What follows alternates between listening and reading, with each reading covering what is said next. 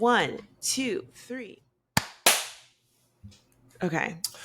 Okay, here we ready? go. Back to the movies. I'm Yes. excited about this one. Okay, Dylan, I have 2 potential questions to kick off our cold open. You tell me which one you're interested in. Okay. What was the big scandal at your high school or middle school? Or can you think of a time that you got in trouble, but you totally deserved it? In high school or middle school? Yeah, I'll do the latter. So my first job when I was 14 was at Burger King. Yes. And I always looked a little older. I had facial hair when I was 14. And so I did. I remember my manager at the time was like, he said something. He's like, well, you understand. You're whatever. And I was like, what do you mean? And he was like, kids, right?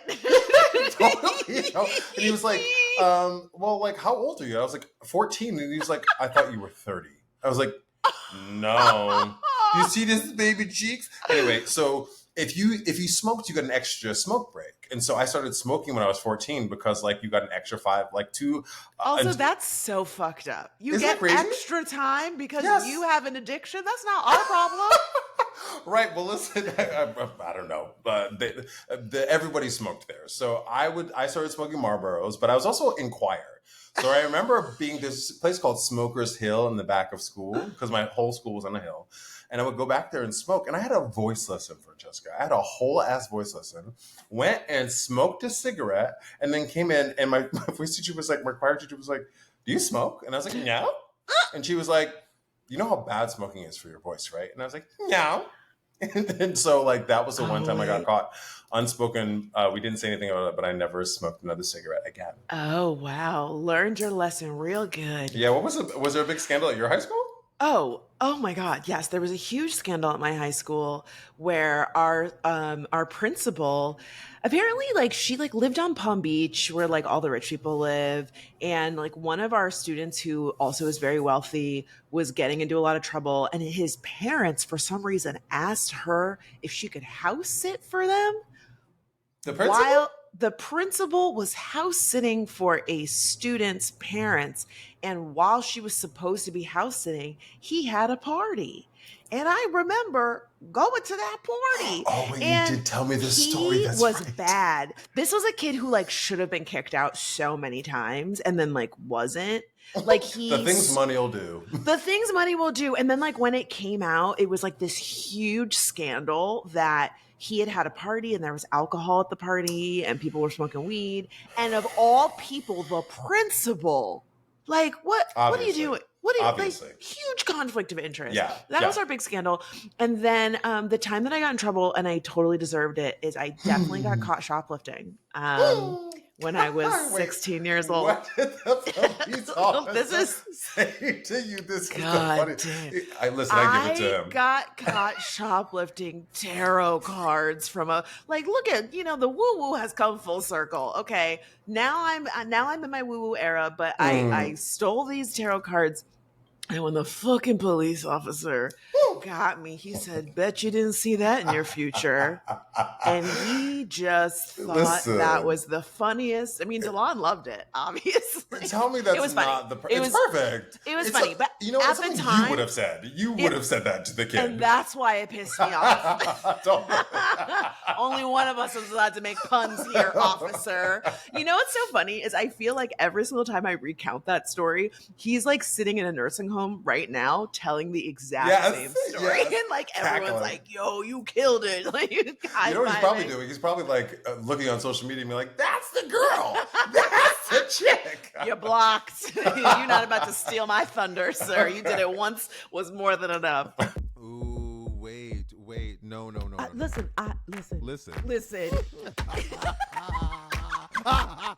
Wait. I hate you for that. Let me fix it. Welcome back to Let Me Fix It, the podcast that says, I got one last problem without you. I got one last problem without you. I got one last problem. I'm Franchesca Ramsey. I'm an actress, producer, writer, and graphic designer. Yo, that was the bop of 2000 it whatever. Was a good, that was the one bop. song I will give Iggy credit for. Because she's on that bitch. But I mean, the reason it's popular is because all Ariana. those chicks are on it. It's Ariana, No, that's Iggy. Bang Bang. That's that Oh, Bang I'm Bang thinking Bang song. Bang This is into the just room. Ariana and Damn. Iggy, Well, and yeah, she's I'll still like, give it to you. "That's it. That's it." And the production. And Mhm. I'm DeLon Grant. I'm an actor, singer, photographer, and writer. And this week, we're reviewing one of Rotten Tomatoes' 100 worst movies of all time. Coming in at number 18 with a 0% rating, it's Problem Child. When Problem Child first hit theaters in 1990, it faced harsh criticism for many reviewers for its dark humor, especially since it centered around a child abusing other kids, animals, causing destruction everywhere. He goes before. Sorry, causing destruction Causing everywhere. destruction everywhere he goes before Oh, got it. eventually. Sorry. No, it's okay. I'm also reading it cold. Yeah. Causing destruction everywhere he goes before eventually teaming up with an escaped serial killer. I mean, could you add more crazy shit into this film? If that sounds bad, class, you're correct, because it is. Yes, according to one of the producers, the test screenings were so disastrous, almost 70% of the audience walked out of the movie. The Crazy. studio demanded 2 weeks worth of reshoots, which included fixing the ending and a number of key scenes, including the big birthday party scene. The reshoots were also done to lower the movie's rating from PG-13 to PG because the studio really wanted this to be a kids movie. In what world? This is not a kids movie. You stop at serial killer. Ready? Stop at A serial killer. serial killer? Absolutely not. The reshoots were reportedly full of problems, pun intended, and the studios were worried that the film would be a flop. Now, despite the critical reception, Problem Child was a box office hit. Made on a modest budget of around $10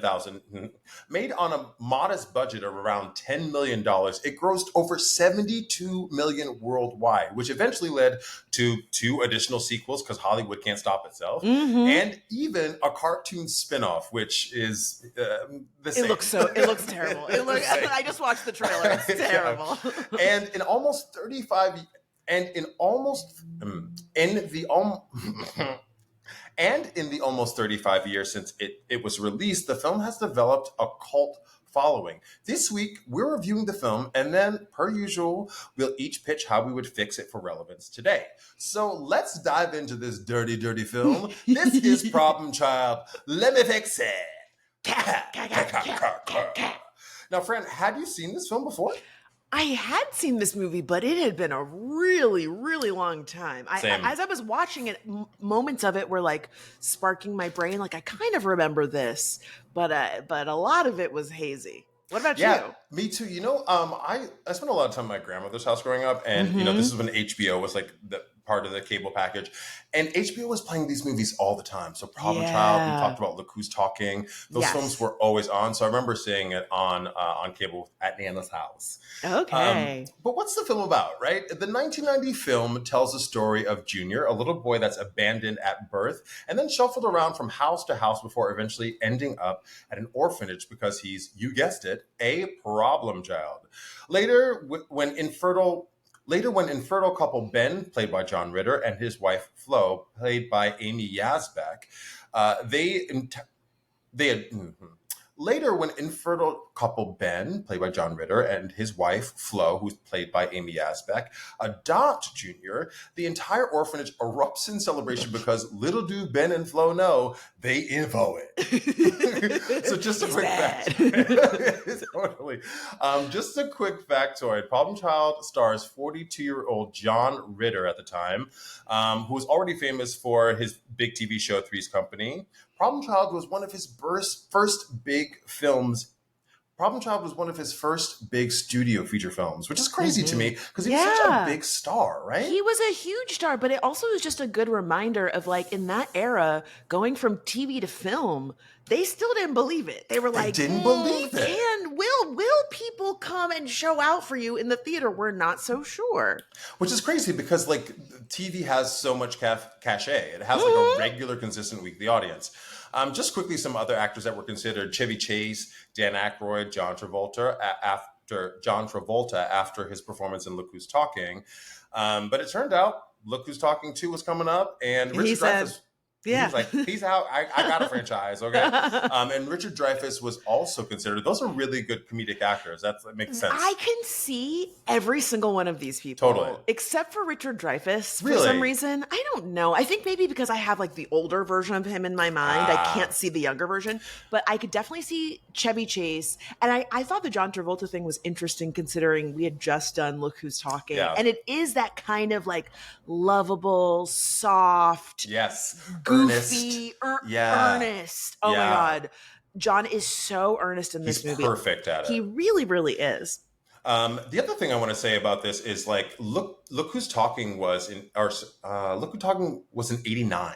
Yes. And then this was in 1990. So Yeah. Hollywood, true to form, is just like, well, one thing worked. You're Let's successful. just do that. So another factoid, before casting Michael Oliver as Junior, Macaulay Culkin, who went on to be cast in the classic Home Alone franchise, was considered for the lead, but he turned it down. He said, this is a stinker. I can tell. Yeah, although it was a cult classic. It's a cult classic. Yes, but I will also add that Macaulay Culkin went on to play an evil child of his own in the movie The Good Son. Yes. Have you seen that? Oh, girl, have I seen that it? movie God. is it's a good movie. That kid should be named Damien, okay? Acting down, No. okay? All right, so the film was loosely based on a true story. This Delon. is crazy to me. This is nuts. because Junior's a sociopath. And the idea that like Yes. it's based on a true story, you're like, wait, what?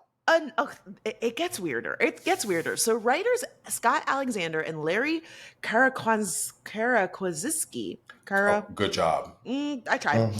They said that the idea for the script originated with the 1988 LA Times article, An Adopted Boy and Terror Begins. Wow. Now, you might remember Sister Act 2 was also inspired by an LA Times article. So okay, LA Times. clearly I need to start reading the LA Times. Okay, straight from the headlines. So the article was about an Orange County, California couple who adopted a 7-year-old boy named Tommy, who they later claimed was a dangerous sociopath, so disturbed that animals feared him. The child was later institutionalized, but that didn't keep him from sending them death threats.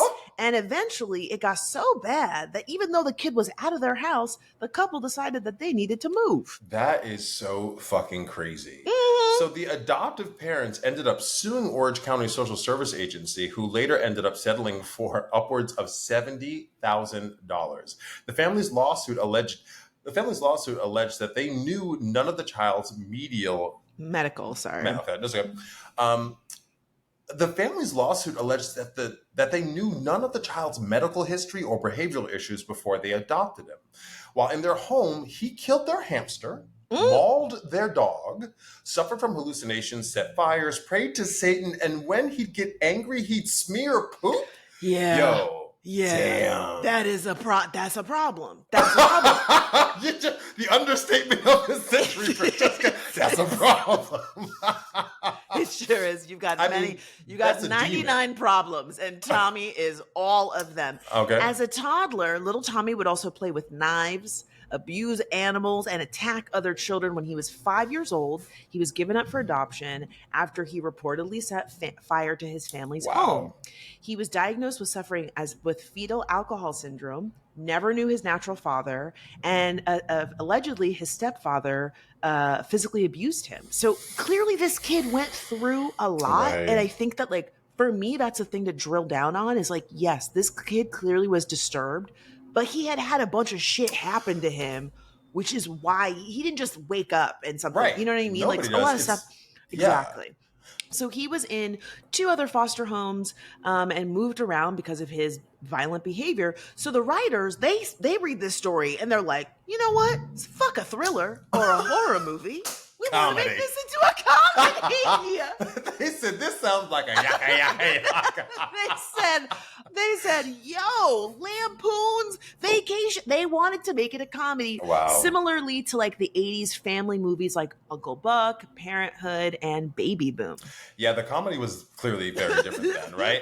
Yeah. Talking about Junior being a sociopath, in the beginning of this film, there's this whole montage of the kid being shuffled from house to house to house, like literally being dropped off doorbell rung, and then people run away, right? And that was my first takeaway, was like, of course this kid became a crazy sociopath. Y'all done left him out in the cold, abandoned over and over again, you know? Yeah, and we're gonna get into that because like when you're watching it, to me, I'm just like, this is sad. Like Terribly sad.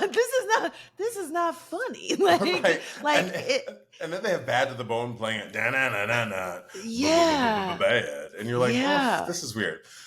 So ironically, Michael Oliver, who played Junior, reportedly caused some disruptions on set with lots of pranks. So he was like, I'm getting in a character. Mm-hmm. But it was his parents in the end that ended up becoming the real problem. When it was time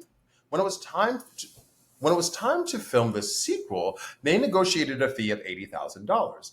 But at the last minute, his mom threatened to not let him do the movie unless the studio paid him $500,000. Listen, you better be an agent.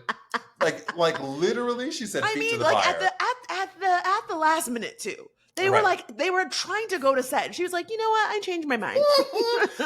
It turns out. So the studio eventually agreed to hand over $250,000 because they stood to lose over $4 million if he backed out of the movie. Universal ended up suing Oliver and his mom, and the jury sided with the studio, forcing the Oliver family to return $170,000 to the studio, which makes the fucking most sense. What are you talking Yeah. about? I mean, listen, it was definitely blackmail or it's blackmail. extortion or whatever the fuck it is. 1000%.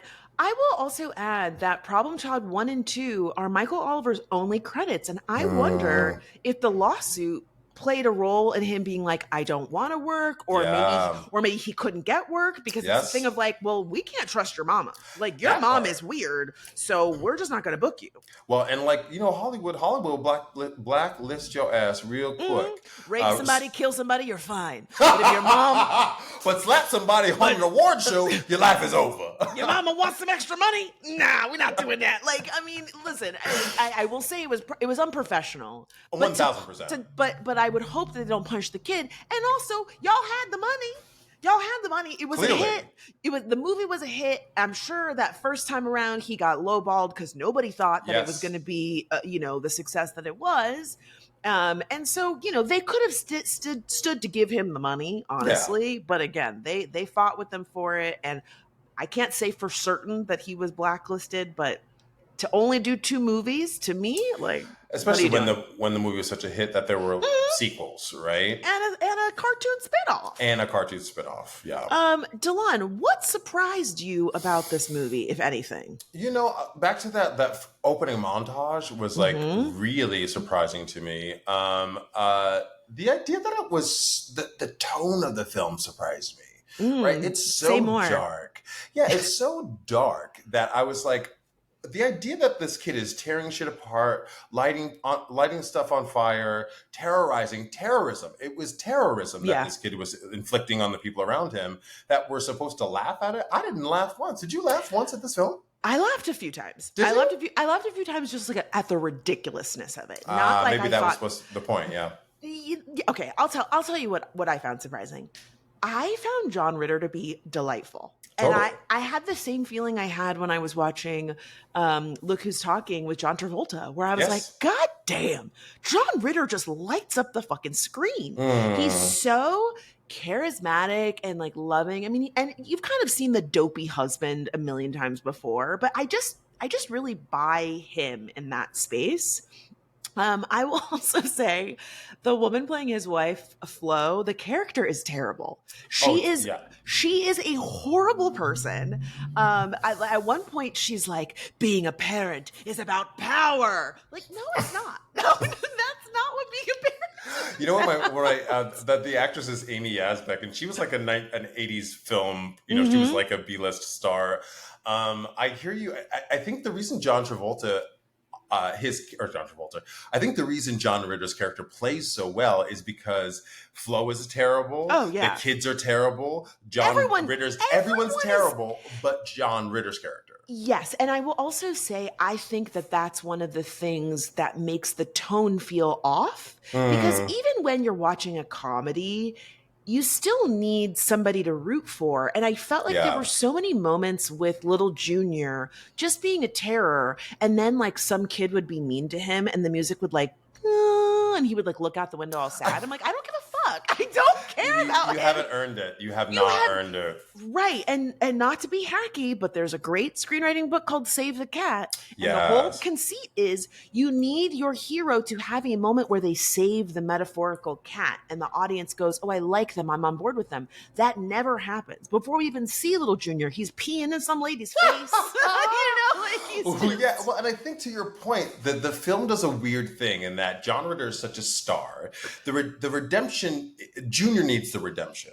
Right. But like what happens is John Ritter gets a redemption. His character changes. He's this passive, nice guy, and then he becomes this like the savior, right? Yes. And he becomes the dad. He becomes the dad. Right. But Junior doesn't change. And I think his character really needs some kind of change for us to believe it and to like play into the typical trope, you know? Yeah. Sorry. I was going to also add Amy Yazbek. She met John Ritter at the table read for this movie, and then they got married in 1999. Did they really? This movie was not a problem for them. It was a love blossoming. I love that.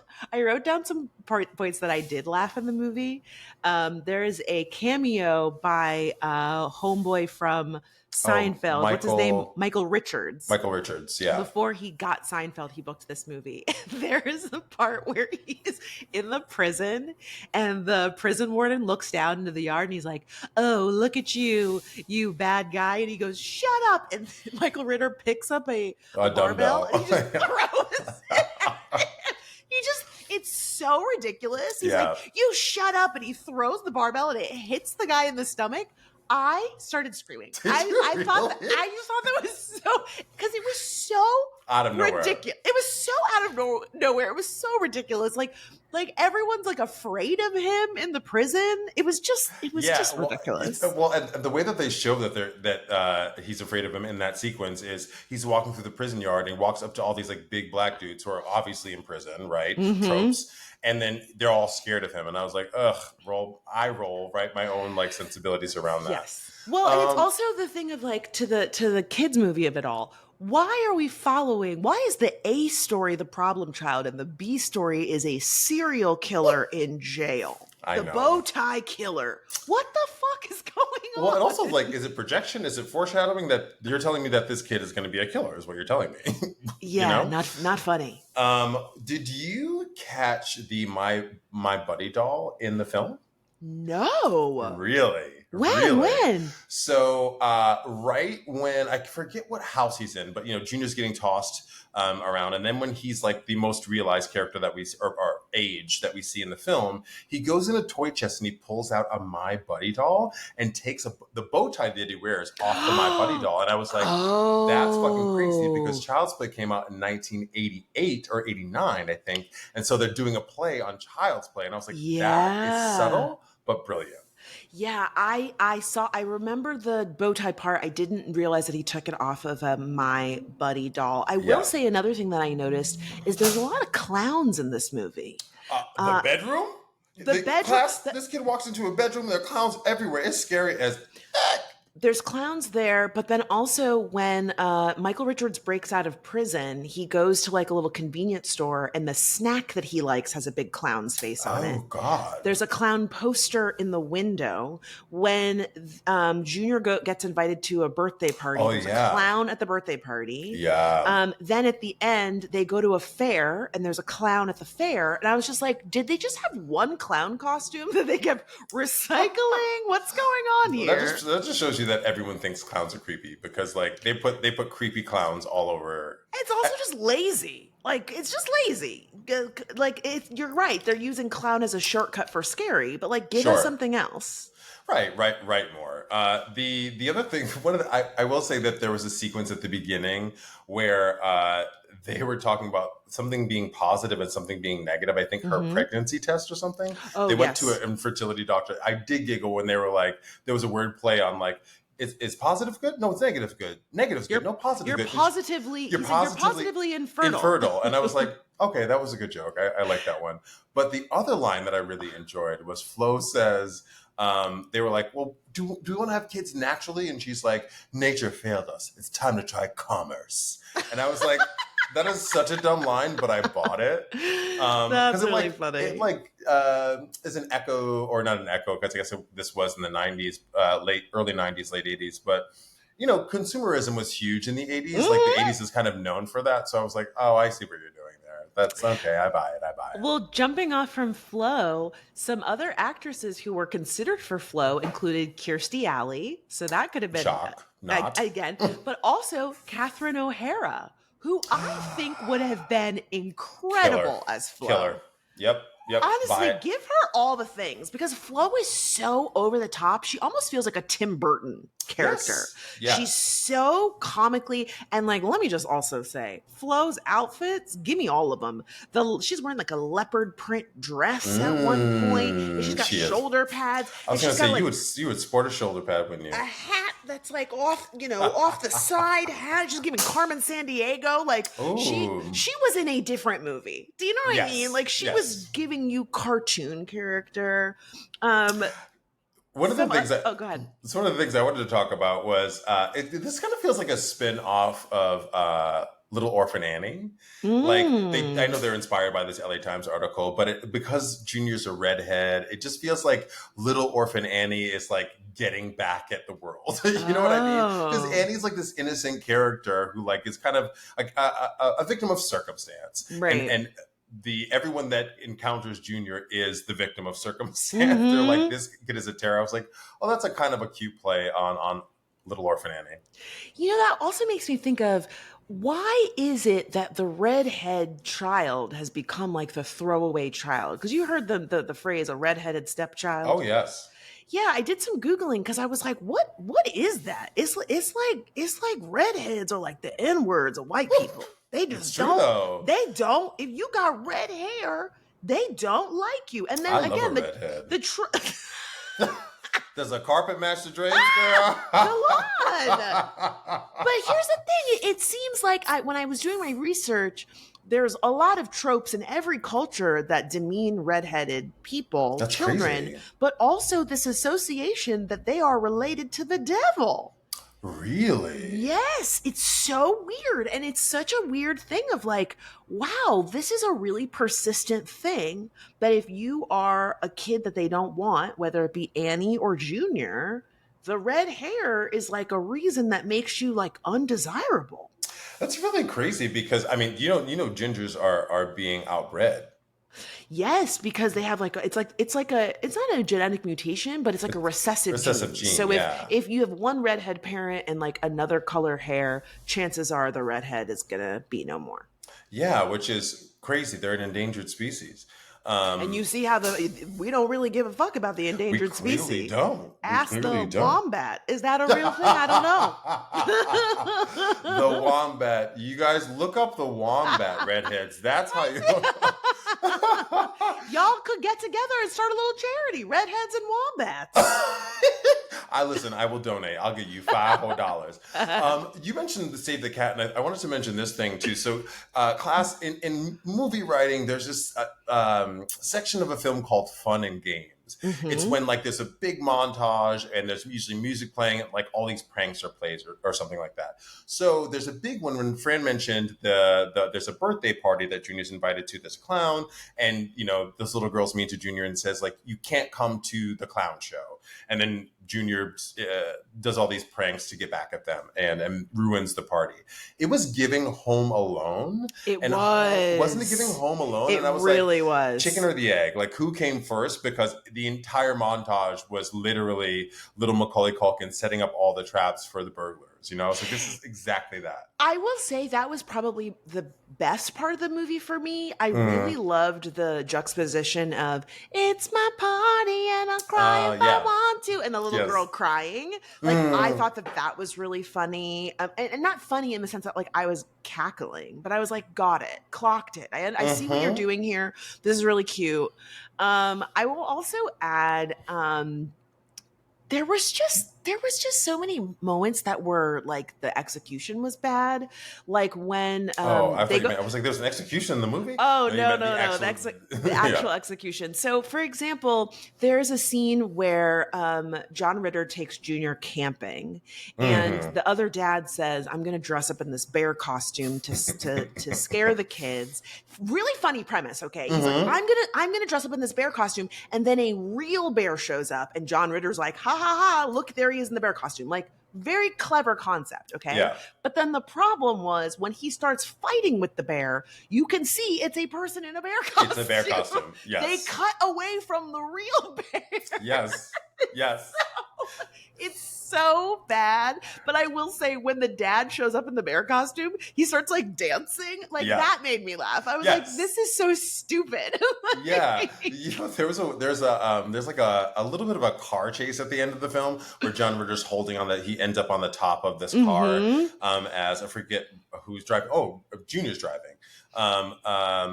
And there's a big crash, or he breaks through some glass, and you can just clearly see that it's a dummy on top of this car. So just like akin to the same thing, like they had no No. way of doing special effects. You know what I Yeah. mean? Or like I think the budget was like $10 million, so like they ain't had no Mhm. money for no special effects or stunt people. Yeah, and you know what? To jump on the Junior driving the car. This is another persistent issue in this film, is that Junior is doing all of these bad things, and it's not funny. To me, it's distressing. I'm like, Yeah. he's driving that car. He's gonna get in a car accident. Like, this is, again, I'm clearly old, but it also like just it's out of the realm of A believability, and it's possibility, right? also not funny. Like, a kid driving a car is not funny. Like, do you know Yeah. what I mean? Like, and I think they were leaning too much on he's a kid and he's doing these things and he's just bad. And like, you don't know anything about him to understand like why he's so bad. And Right. like, not to, I feel bad harping on a kid, but like, God, his voice is so one note. The way he talks is like, I'm doing this and I'm mean and I'm blah blah blah. Like, he has no like modulation in his voice. Do you know what I'm talking about? I do know what you mean. It's one note. It's only one note, but like the character has no nuance. There's no depth to him, and also like sure it's a kid acting, but also like there's no nuance to his story. Like there's Right. one point where you feel a little bad for him. At some point, John Ritter's character has just can't take it anymore. They go to a church. That he takes the whole family to church and he goes to confession. And then Junior happens to be in the priest's booth, and then we discover that he wants to get rid of him. And then Junior cries and he says, But "No, also, don't get rid of like, me." I don't give a like. I don't care It's at not this earned. point. It's not earned. It's not earned. Like, it's this. They do that a few times where and John Ritter is going on and on about how terrible he is. The kids, like, he doesn't hear any of that because the kid has Hmm. been terrible. There is a reason they want to give your ass back. You have Right. made their life a living hell. You burned down the house. You like. Oh my God, I did laugh when he threw the cat in the grandfather's face. Like, You that know was fun. what?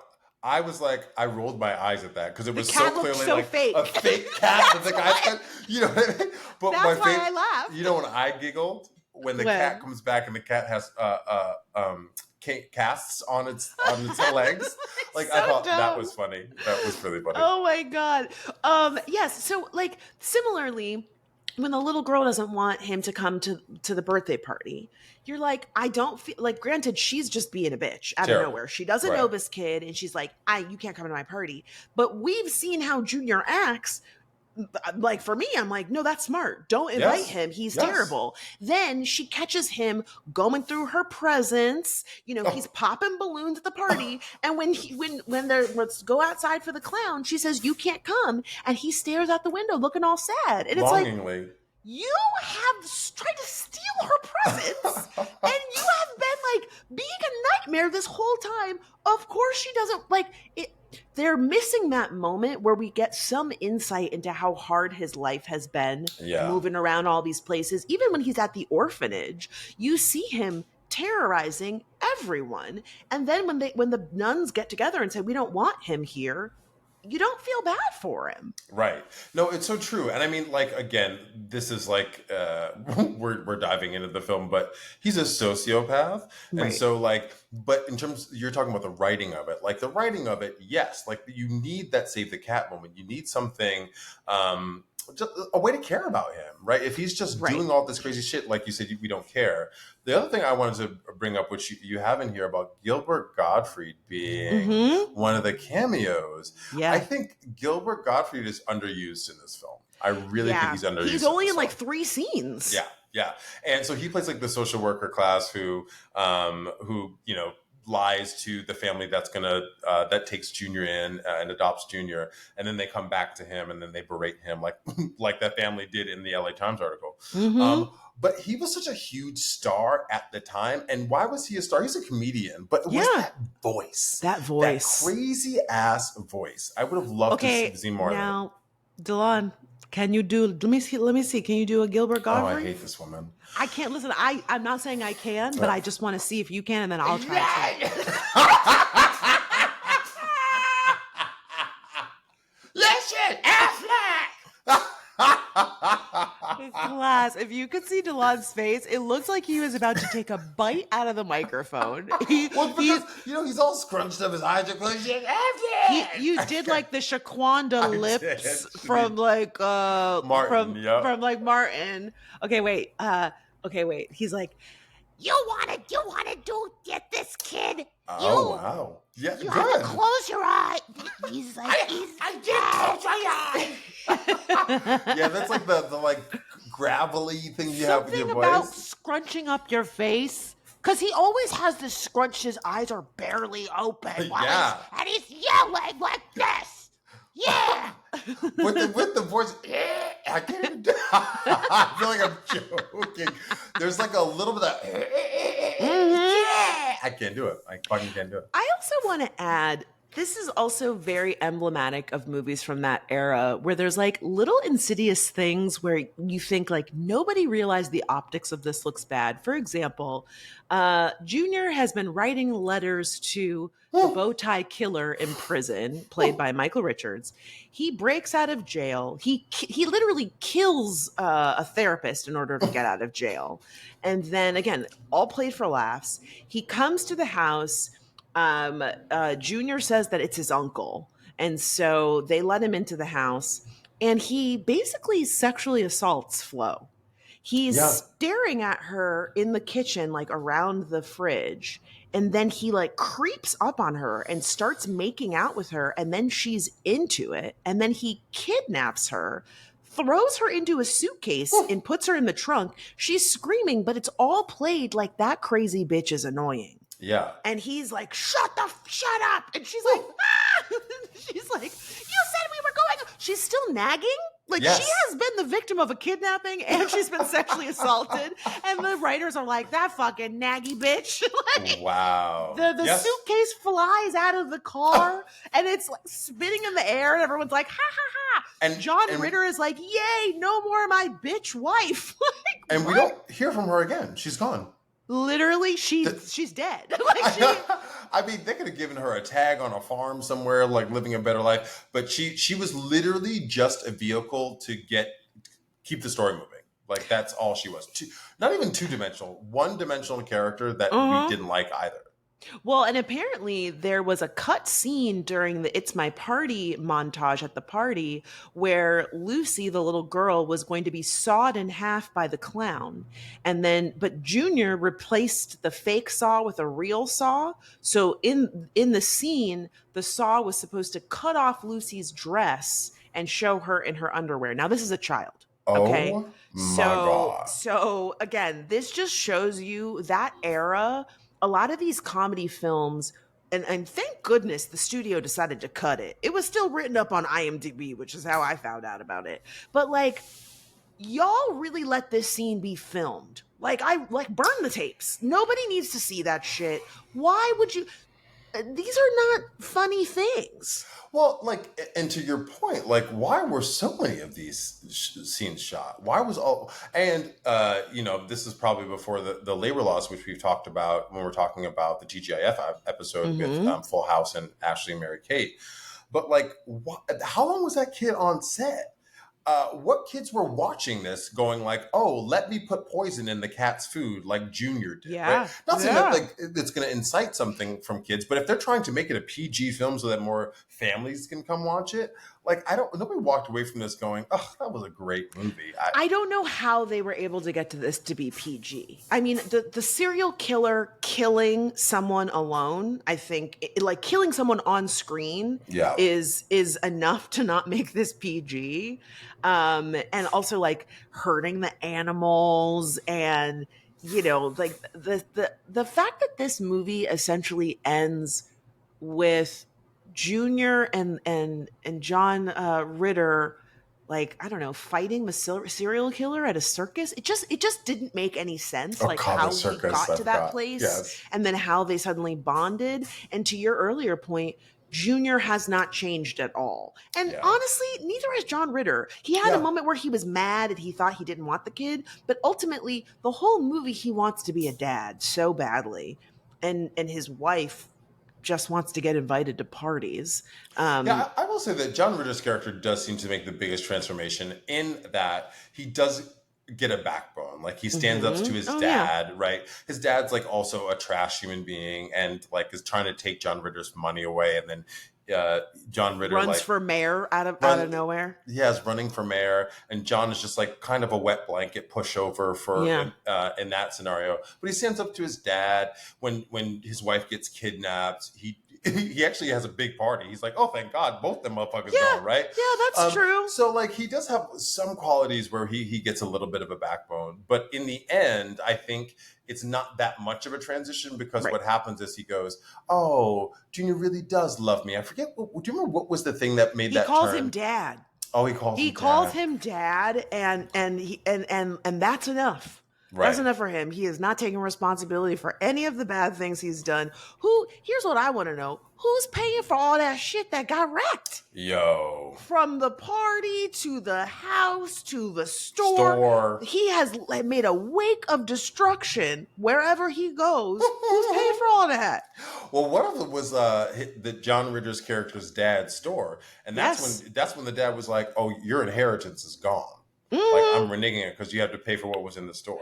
I will say one moment in that scene, for some reason, out of nowhere, his dad's running for mayor. I don't know when this happened. All of a sudden, he's running for mayor, and he's filming a commercial in the store. And this is when John Ritter's character gets a backbone. They're arguing, and he flips the camera so that the audience can hear what his dad really thinks. Like, what do you think of the voting public?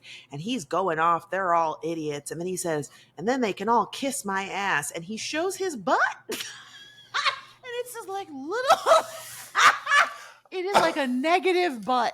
It's a negative butt with like a little bit. Why are we analyzing it like this? But like a little bit of fat right near the booty hole. And you know what? All I could think in that moment is I just thought of Donald Trump, and I was like, and that would not lose him voters. That would probably get. I was like, he could say he was like, they're stupid, they're this. I don't give a two shits about this election. And all I could think was, and someone would go, you know what I like? I like his honesty. No, yeah, absolutely. People still love Trump, and I'm like, y'all are. I will never get it. I will never get it. That's how that man has ruined my brain. Did that actor put his butt on screen, or did they hire somebody to be the booty?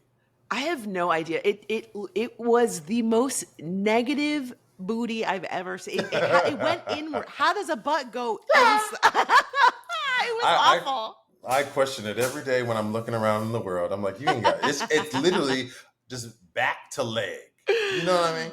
Oh my God. So we talked a little bit about we talked a lot of it about what like didn't work in this film. Mm-hmm. What do you think worked? There were a few funny moments that you mentioned, but do you think like anything structurally worked? I think the thing that this movie had going for it is it was short. Because it was like an hour and 15 minutes. Yes. And honestly, by the time I was like, God damn, the movie was over. I was like, oh, great. You know I what miss happened the to days me? where movies were short. Please, always 90 minutes. What happened to me is I played it on my phone and then just projected it onto my smart TV. Mm-hmm. And I like did something where I leaned on my phone and then it started playing in double time. And I was like, what is happening? And I was like, oh no, this is Oh. great. This is great. Yeah, Oh, yeah, so yeah. you got that through that baby in a smooth 30 minutes. The first 45 Okay. was it played naturally or played at a one, but then I double timed that shit and I was like, oh yeah, let's go. Because also to our Oh. point, there was nothing really tethering me to be like, what happens? No. What happens, right? No. And I saw this really great talk, ironically, from the guys from South Park, and they were talking about story devices, and they were talking about how if your plot is weak, it's just a bunch of things happen, and then this happens, and then this happens, and this happens. Mm-hmm. What's supposed to happen is this happens, and therefore Yeah. this happens. But This this happened, happens, and then and then therefore that happens. therefore that happened. And that did not happen in this movie. Yeah. It was just Junior doing a bunch of terrible things over and over and over again. And by like the second time, you're like, okay, what else? What else? Yeah, well, He's and bad. it's adding up to what so that I feel like I see myself in the situation. Even if I'm not a problem child, I can empathize with what I can Mm-hmm. empathize. I empathized with John Ritter's character. I empathized Mm-hmm. maybe with the humanness of wanting to be a parent. I want to be a parent. Mm-hmm. So I say that now, but I can understand that like having a strong desire, right? I understand desire. But again, the character of Junior was just the devil. What do you think worked in this movie? I do think I love the honest earnestness of John Ritter's character. I don't think that like anything structurally was really sound. But I understand where they were coming from with the era. You know, I was like, I'll give them Mm-hmm. the era: Child's Play, Look Who's Talking, Home Alone. It was the decade or the era of like kids being in films and doing adult shit, right? Which was Yes. And hilarious. this was, I think, their attempt to kind of skewer the trope of the kid that teaches the adult something about Sure. themselves, and like, they have this connection. They kind of try to do that at the end. Yeah. But to kind of the thing I think we're both circling around, if they had made Junior more empathetic at some point, I would have really bought into the fact that John Ritter needed to learn something from him. Like where Mm, Junior's like, he should have had some moment where he's like, you need to stand up for yourself. Maybe you need to be a little bad sometimes or something. And then yeah. that would have compelled them to like team up. It just felt so thrown together in that respect. Well, this is getting a little bit to the fix, but one of the things Mm-hmm. I think might have fixed that structurally, and this is like piggybacking on what you were just said. Uh, what if Junior lost something? I don't know. He would have killed a dog, so let me not put a dog in the story, right? But like he almost lost John Ritter's support and love as his dad, which didn't change the character, but we saw something empathetic. If he had lost something, maybe if they actually did send his ass back to the orphanage, right? And we saw that Mm-hmm. that changed him in some way. That would have been Mm-hmm. fruitful, but we never really got there. They resisted that. Yeah, because maybe what it is that he needs to see how good he had it. You know what I mean? Exactly. Like, and I Exactly. think, to your point about losing something, it's also the conceit of, well, I'm going to be bad so that I can walk away before you walk away from me. Ooh, you better I psychoanalyze. Go ahead. Okay, you know what I mean? It's a Yes. protective thing, right? Where Yes. I've been Yes. treated so badly, and realistically, that is oftentimes why children act out. They are Mm-hmm. doing it as a way to protect themselves. They don't want to get too comfortable. They don't want to get invested. And dare I say, like they're not the same, but like pets are the same way too. Like when you adopt a dog, oftentimes that first week, that first month, they act out. They're They ripping up bite your stuff. They ass. bite your ass. They pee in your house, whatever, because they're like, I don't know if I'm safe here. And Yeah. so if we had had that moment where we learned, like, oh, the reason he's a problem child is any attention's better than no attention. He's Yeah. been neglected his whole life. And Absolutely. this is the only way he knows how to take up space. Yeah, and Hollywood is such candy, like sometimes, and this was so clearly just cotton candy. It was an Mm-hmm. attempt at cotton candy, but like it was, if cotton candy, well, I guess it melts. I was gonna say it goes bad. That's what it is. But like Yeah. looking at just like comping it with Home Alone really quick, right? Home Alone. Macaulay Culkin's character was not treated well or paid attention to by everyone. He was a Yeah. little bit of a problem child. He was a little bratty, but the Hmm. reason he did the things he did was because no one was paying attention to him. And then he And gets then left behind. he makes that wish, right? He makes that wish that everyone would go away, and then he gets left behind. And then he there- realizes how much he misses his family. Exactly. And so that's the human thing that we can connect to, right? Mhm. We've all gone like, I can't stand my mom right now, or I can't stand my dad right now. I wish I would just like, they would go away. But like, we know what that would be like. Right. It was missing any kind of empathetic human connection, you know, which I keep. Yeah, and I think Home Alone is such a great comp because similarly, it's full of hijinks. It's full of Yes. a kid acting badly. It's full of a kid doing a lot of stuff that is dangerous. Yes. You know, the burglars come and they are chasing him and doing all that stuff, and you don't think, oh my God, I'm worried something's actually going to happen to him. Like, it's still fun, and you know he's going to get out of it. But kind of like what you were saying, the film humanizes him in a way that makes you root for Kevin. You're rooting for him. You want him to survive. And you are not with with Junior. And you know, they do all these shortcuts where like Junior's doing the voiceover, and it's like, I don't care. Why is he doing this? Movie could have survived without the voiceover. I feel like you're trying to make us like him or know who he is, but we don't know anything about him, and he's just a voice. You know what? Was the voiceover beyond just the beginning of the film? It Because was the whole movie. was it really? I didn't. I guess it kind of faded to the background for me. I did think when it started and the voiceover started with the film, it did set the tone for me. Like the way that he talked, the way I did, I was like, oh, that sets kind of like a goofy tone for the film, but the film wasn't super goofy. Yeah, I mean, it kind of reminded me again of Look Who's Talking, where like at some point the baby was talking, but like he wasn't saying anything funny. Yeah. So like, why is he like, you don't need this voiceover unless you were going to connect it to the end of the film and the kid is telling the story at school. At therapy where he needs to be. Shit.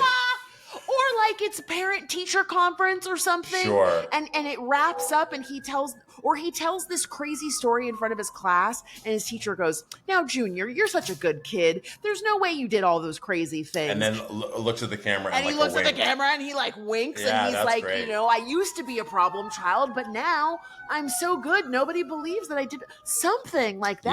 Yeah. I think could have solved it. For me, my fix is I just don't think this movie could be made today. I just think there's too many problematic elements. And I would say one that really sticks out to me is like the trope of like the bad adopted kid. Like, yes, it is based on a true story, but just like perpetuating that negative idea. There's so many kids in foster care and in the system that need homes that like a film that's like, look at how bad they are without like actually drilling down on like, yes, but if a kid is quote unquote bad, something probably happened to him. And it's actually really fucking sad. It's not funny. It's not the kid's fault.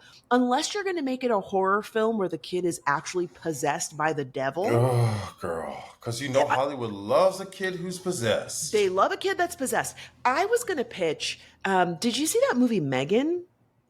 Oh, girl. About the little doll? That was it was a little kitschy. It was like a little funny, right? It's funny. It's really no, I fun. didn't see it. I thought it was really funny. Definitely watch it. I enjoyed it.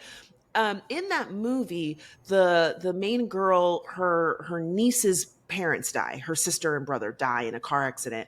And the girl is really sad. And so she makes this doll. She's making this doll at work. And she's like, great, I'm going to pair you with this doll. So in the same world, what if the problem child was some sort of like doll or something that's for parents who've lost a child or are unable to conceive? You know, they're like, it's almost like a Tamagotchi meets a kid, and it's a normal thing. Like everybody has them, you know, almost like an iRobot type thing. And then they get the problem one. And so it's kind of, you know, a futuristic Black Mirror type of thing about parenting, but about technology. And do you remember that show Small Wonder? Yes, I do remember that. I loved Small Wonder. It's giving Small Wonder. It's in that world. I think that could be really interesting. Yeah, I love that. Or the other thing, if you really wanted to have just like a kid, I would think instead of going like the malicious, evil, deranged child, a child that's just like clumsy, like almost in the Mr. Magoo space, where like the Hmm. kid is always creating these problems, but they're totally accidental. And it kind of has like Oh. a Dr. Seussy fantastical element to it, where almost like a Matilda. Do you know what I mean? Where like Yes. the kid is creating all these problems, but then somehow by the end, the kid's problems become like a superpower almost. Like the Mm. kid has to save the day somehow Yes. by Yes. making these mistakes again, and you need that redemptive arc. That's the only way I think it's going to work. I don't think this movie needs a reboot at all. No. It's just it's just so nasty and I negative. I did think that when I was watching it, for some reason I misremembered how the plot unfolded, and I thought that Junior did save the day. I was like, oh yeah, I think he saves John Ritter's character, and that's how we go. Oh, okay, all is Mm. well, right? But he Hmm. never did that. No. Yeah, this film could not be made today. But my pitch for a film would be to take. Mikey from Look Who's Talking, to take Kevin from Home Alone, Hmm. and Junior, and have them, and maybe Matilda, even add her, and have Oh. like an adult, like they all end up at the same, their kids end up at the same school or something, Oh, and and like their kids are all problem children. yeah, or like, each one of their kids has whatever their parent had, and so Hmm. like they all have to come together. I think that could be like a really cool nostalgia type film. Hmm. That's the only way that I think it could be made today, in an interesting way that I would want to watch. Yeah, it kind of reminds me of there's like one of those parents movies where it's like Chris Rock is a parent and Adam Sandler, and it's like a bunch of like comedians. Do you know what Yeah, movies I'm talking about? no, I don't. It feels it feels like that, where like you've got this stacked adult comedic cast paired with Yeah. their kids, and there's kind of like the kids coming of age while like the parents are still like not ready to be parents type of thing. You know what it reminds me of? It reminds me of like the end of the Harry Potter like films. Like at Mm. the end of Harry Potter 7, they're all adults, like Harry, Hermione, and whatever the other one's name is. Ron. Ron, thank you. And then they are all taking their kids to the train to go to Hogwarts. So it's like very Hmm. that. It's like, Yeah. oh, this is the bookend of the starting of the new generation. Yeah. Yeah. Yeah, I mean, I think there's something interesting about the problem child conceit being more about the parents versus the children. It's like the challenges of being parents. Like it's Mm. almost like the elder millennials who still want to be kids, but like you're too old to be a kid now. And like now you've got a kid who's giving you kind of what you were saying, all the grief that you gave your parents. I feel like that's an interesting Yes. movie. Yeah, yeah, I dig that. Yeah, so who would you wait, should we take a break and then Yeah, I came mean, back and then I don't have any casting things. That great. was I think that's enough for our fix, and we're Great. at 56 minutes. So, all Perfect, perfect. Then let's right. ad break and then glow up. Yeah. All right, so now that we've fixed the film, it's time for our favorite segment, the glow up, where we and now that we've fixed Problem Child, it's time for everyone's favorite segment, the glow up, where we give props to those who've turned themselves around without our help. But first, let's take a quick break. And we're back. Delon, would you like to go first? I would. And I Sure. don't have a glow Oh, okay. up. Then I can go. Yeah, go ahead.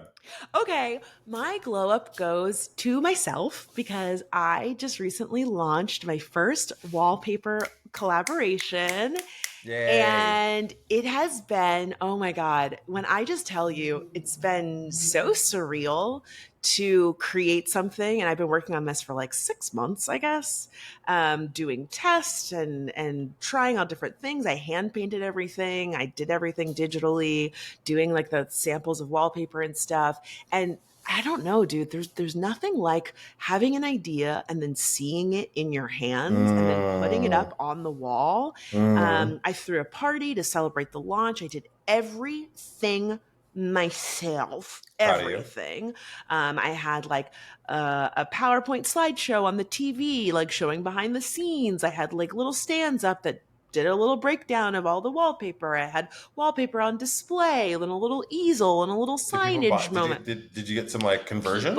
I had little iPads out so you could buy wallpaper. I Cute. had, like little charcuterie board and all that other stuff. And so I just I'm really trying to be better about giving myself props. I Yes. think that's something that you and I talk about a lot is that we are really good at knitting that sweater. We Whew. are really good at piling on and this is wrong and this is wrong and I haven't done Mm. da da da da da da da. So I'm really trying to be better about saying like, you know what? I had an idea for something that I wanted to do. I turned a viral video that got the girls talking. I turned it into, a product that I can sell that I feel really proud of. And I feel really inspired to keep exploring my passion as a designer. I love design. I'm really good at it. You are really good. Um, Like it's so tethered to obviously your graphic design, but like you yeah. doodle all the time. Like Yeah. art is just visual art is a part of who you are. And Yeah. so like continuing to run toward not only building products, but like what that might bring for you is so smart. Like it's fertile Yeah. ground, you know? Yeah, it was really really nice, and I feel like again it's all connected because I really started painting my apartment in the middle of, I had that project at Amazon that died, and I felt really restless and really burnt out by the creative process. Like creating by committee sucks. Like Yeah. Oof, it's tell me just about it. so hard, and so I just wanted something that I could like do on my own and not to have to get onto Zoom. Like no one's giving me notes or feedback. Like I want to paint this wall, I'm gonna fucking paint this wall. And so for it to lead to this has been really, really cool. So thank you to everyone that's checked out the wallpaper. You can go to thisisautostudio.com and check out the Francesca Ramsey collection. I would Yay. love your support. I want to see you transform your space, apartment, home, whatever it might be. Yeah, I have to. I fully plan on because I have a new apartment. I fully plan on putting some of Francesca in this apartment. Yay. So yeah, I don't have like a formal glow up, but I'm talking to the class. I'm talking to you about being a professor and teaching. Mm-hmm.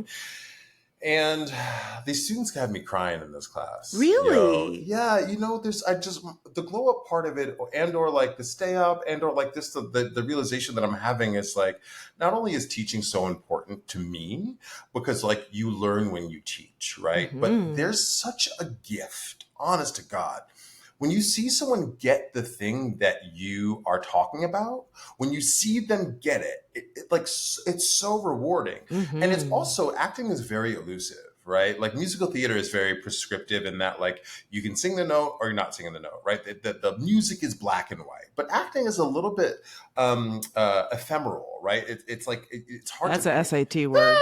I got called out in class today for the SAT. My co-teacher was like, "Oh, that's an SAT word," and I was like, "Oh, don't you even." But it's not. It's hard to describe. Like Mm-hmm. it feels And intangible, it's right? so open to interpretation. Like One, you it's can so say subjective that's a good actor, and someone else will say that's a bad actor. based on taste, right? Right. But like honestly, the class that one of my classes that I'm teaching, all of these students really killed it. They really gave it their all, and they took all the things that we've been working on over the last 2 weeks in our first unit, and they applied it. And I was like, whoa, it's not You me did up that. there, but I'm a Yeah. part of that. And Yeah. it's not altruistic, but it's like I really am happy that I get to foster that in these young people, and hopefully someday, not hopefully, I will see them on Broadway or on stage, and I'll Yeah. go, man, I was a little part of that, right? Which I don't think that we understand people who do take classes and or people who do have mentors or teachers. We don't understand what it is on the other side, how significant it is, and I'm here to tell you, like, it is really filling my cup in a way that I didn't anticipate. So Well, that's a little bit of we my I will say we get a little taste of it in that you know who the teachers were that helped spark that for you. yes, And yes. I know who it was. Like, when I came out with the wallpaper, I sent emails to my design teachers and I was like, hey, I just wanted to share that I did this. And it was so encouraging for them to be like, oh, I knew you would do something. I just knew. Yeah. And it was like that feeling. And so, how cool that you're getting to have that full circle moment with your students. It's so great. It's really such a gift, Oh. and it feels like I give money to political things, and but I'm not knocking on nobody's doors. Mm-hmm. I'm not out here at no soup kitchen doing anything to give back. Often, and there's like a social guilt that I feel around that. But I'm realizing this is my thing. This is what I do to give back. I get paid for Yeah. it, thank God. Yeah. but Yeah. it really does feel like a bigger than me, which is nice. Well, congratulations. I'm genuinely so proud of you. I'm proud of us. We Us. said, let me fix our lives and our Okay. careers. Thank you One very step at a much. All time. right, class. So now we want to hear from you. Have you seen Problem Child? Did you watch Problem Child 1, 2? Did you watch the cartoon? Be honest. Or maybe you would like to suggest another television show, a movie, a celeb, or a brand that we should fix in a future episode. Hit us up on Instagram at FixItPod or email us, lemmefixitpod@gmail.com. And we also have a YouTube channel. I hope y'all are watching because Franda's putting it up there. It ain't edited, but it's up there, okay? And if you enjoyed this episode, Oh, wait. Can you say the YouTube? Oh, I'm sorry, yes. You will find those at youtube.com/@fixitpod, okay? And as always, if you enjoyed this episode, please be sure to give us a rating on iTunes, Spotify, Amazon Music, or your favorite podcast app. I'm DeLon. And I'm Franchesca. And this was Lemme Fix It! You said it like a problem child. I was trying to do Gilbert Godfrey, but it didn't work.